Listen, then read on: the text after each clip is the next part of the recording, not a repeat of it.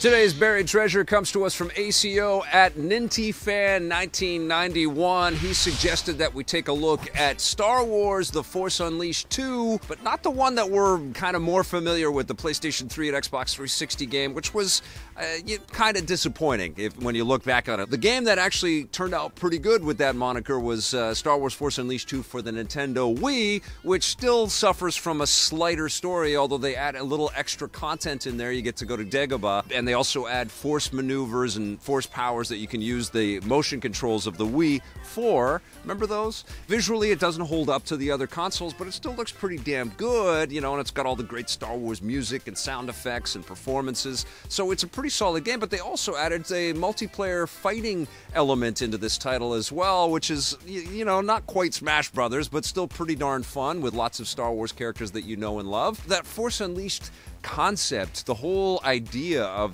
Starkiller and he sort of riding the edge of the good and the dark side of the Force, all super cool. It was so frustrating that The Force Unleashed 2 wasn't a better game, but I think anybody that's a fan of the franchise, anybody that's a fan of The Force Unleashed as a concept can take some solace in knowing that at least the Wii version is worth going back to. It's definitely a buried treasure.